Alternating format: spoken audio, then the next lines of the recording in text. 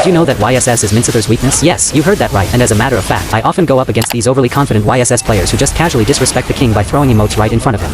But for those who don't know me yet, I'm Checkmate, and you better watch closely because we're about to humble these arrogant enemies in the most satisfying way possible. And in this match, we're up against Edith, so let me show you exactly how to handle her in lane. Because honestly, she's not that much of a threat during the laning phase, so don't hesitate, initiate that duel right away. Edith will quickly realize she's at a disadvantage, and she'll most likely back off and play it safe under her tower. Now, make sure you've got hero lock mode enabled in your settings, so you can avoid blunder like this. Because with hero lock mode on, you can directly target Edith and land your basic attacks on her instead of accidentally hitting the minions. This is super important. If you want to freeze the lane properly, you need to avoid damaging the enemy minions so they naturally push closer to your side. And yes, you can just stay this deep around this area, as long as you're confident her teammates aren't rotating toward your lane and there are no new minion waves approaching. Because once the new wave starts coming in, and I've mentioned this before, you should either hide in the bush or take a few steps back. This way, the enemy minions won't target you and will instead go straight for your minions, keeping the lane freeze perfectly effective. But as you can see here, Edith actually went a bit too deep, and that's your cue to break the usual lane freezing fundamentals. In this small window, you can dish out some heavy poke damage and even secure a potential takedown potential. So it's totally fine to hit her minions this time if it helps you punish her. Just look at how much gold and XP we've managed to deny from Edith. And honestly, you can't even blame her for getting tempted to step up and try to secure it, because that's a huge amount of resources to give up. Now here comes their roamer, but we're not backing off just yet. We actually want to stay a bit longer under the tower to farm more gold from the turret plates. And we're not afraid of Kalia either. Sure, he can deal some damage, but as long as we trigger our passive, we can easily heal it all back. And as you can see, we're constantly dealing with lag issues again. A lot of you have been suggesting that I try exit lag, since many say it really helps fix this problem. And yes, I'll definitely try that, because I'm also planning of regaining my Assassin Prime, especially since so many of you have been asking for Assassin tutorials. But honestly, even if I don't fully get back to my old form, that's okay, because what really makes me happy is seeing you become one of the scariest Assassin players out there, maybe even better than I ever was in my prime. And yes, we did get taken down there. That's why they were able to secure the first turtle without much contest. But don't worry, I'll keep the cuts in this video to a minimum so you can clearly follow my every move and understand how I make decisions throughout the game. Now, as you can probably tell, our entire playstyle revolves around patience and precision. We hide in the bush while carefully observing everything that's happening on the map. This isn't just about waiting, it's about reading the flow of the game. By staying hidden, we can calmly analyze the enemy's movement, anticipate rotations, and plan our next move without rushing. This allows us to position ourselves strategically, whether it's setting up an ambush, cutting the next wave, or waiting for the perfect moment to strike. Remember, being patient doesn't mean being passive. It means playing smart, making sure that when we do make a move, it's clean, calculated, and guaranteed to shift the momentum in our favor. And aside from being patient, playing Minsitthar also requires you to stay calm and composed at all times, because when you keep your cool, that's when you can pull off those epic outplays. Now, Edith is really lucky. This is actually the second time she's managed to survive, but that's fine. Even though we didn't take her down, forcing her to recall all the way back to base is already a big win for us. That gives us a perfect window to clear our minion wave quickly, because if you take a look at the map, the enemies are focusing on destroying the most important lane,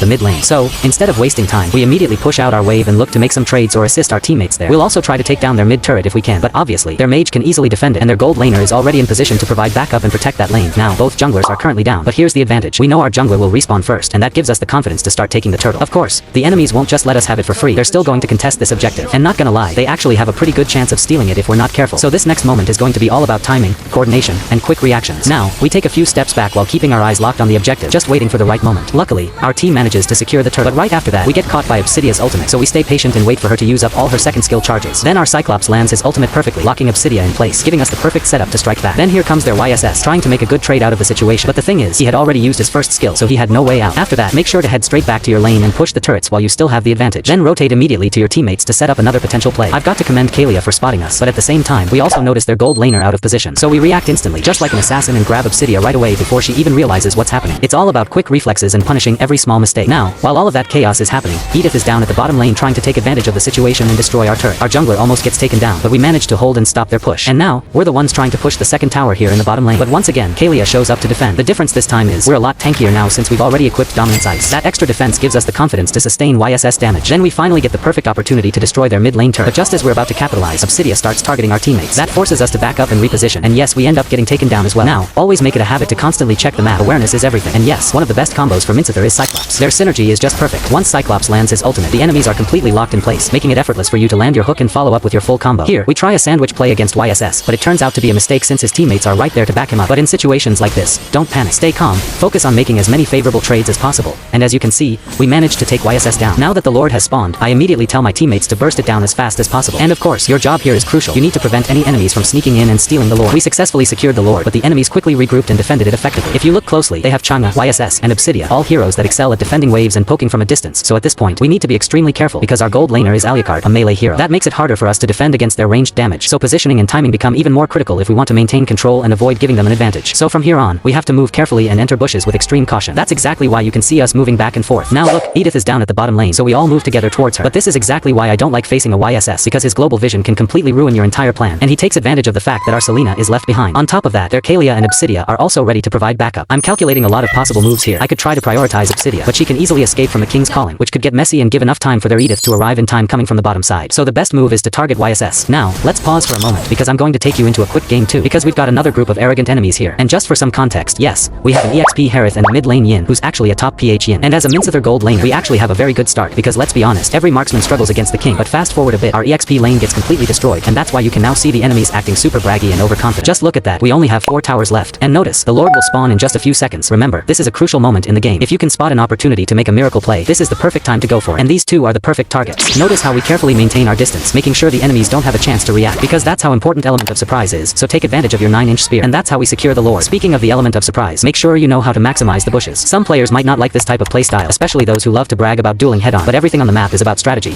not just flashy plays. So drop your ego and focus on playing smart. There will be times when you don't even need bushes to secure a takedown. It's all about making the right decisions, reading the map, and capitalizing on every opportunity. Just like this opportunity to destroy the bottom inhibitor turret. Yes, there's a high chance you might get taken down in the process, but trust me, it's worth it. However, only force this kind of move if the Lord isn't about to spawn. You see, as long as there's no objective yet, taking risks like this is fine, because it helps apply map pressure and gain an advantage in the long run, especially when the Lord is already up, because you know for sure that you will have an advantage in the bottom lane because you have mega minions slowly pushing. You can probably notice by now that I always reserve my 9-inch spear for when the Lord is about to spawn. That's why I highly recommend using pull yourself together so you can create more miracle plays like this. Now, with their gold laner down, we quickly move to secure the Lord. However, even without their gold laner, the enemies still decide to contest it. As the gold laner, we have to be extra cautious, especially since I haven't built any defensive items. So technically we are so squishy at this stage. That means your priority is safety. Stay back, pick your fights carefully, and let your team handle the front lines while you look for the perfect moment to engage. Unfortunately, our Lord got stolen by Fanny, so we immediately stole her red buff to give her a taste of her own medicine and mess with her jungle rhythm. That bait worked. She actually dares to come and contest again, so we have no choice but to punish her right in their territory. We're this confident because, at this point in the game, Minsitthar can trigger his passive much faster. So even though we're technically squishy, but we can outplay with the help of the heal from our passive. Now, Minsithar's attack speed is what truly makes him viable in the gold lane. Unlike other fighters like Alucard, Minsitthar can easily push lanes and defend the base whenever needed. And the best part is, his skill 2 counts as a basic attack, so you can simultaneously clear minions while damaging the tower. That's why, if you're facing an enemy Minsitthar, you need to immediately fall back to base as soon as you see him starting a segue, because he can push very fast. Now, at this point, most of my teammates have been taken down, and we're about to recall. But the moment we spot Fanny on the other side of the map, we see our opportunity. That's when we sneak into their base, and it doesn't even matter if their minions are respawning, because Minsitthar can clear them out fast and effortlessly. But of course, Fanny is one of the fastest heroes in MLBB, so we're already expecting her. But even with her speed, it was already too late. She couldn't reach in time to defend. And just like that, we secured the win, turning a risky situation into a decisive victory. Now, let's go back to YSS. As you can see,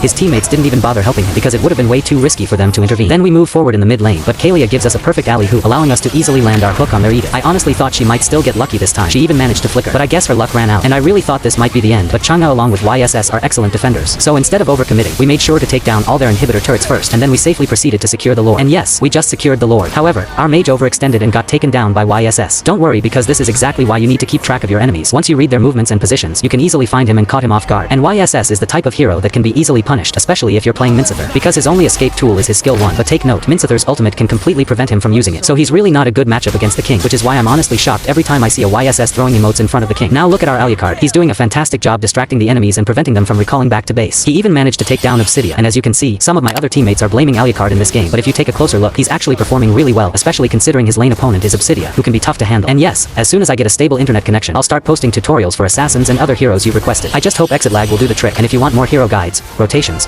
and laning tips, don't forget to hit like and subscribe so you won't miss our next guide.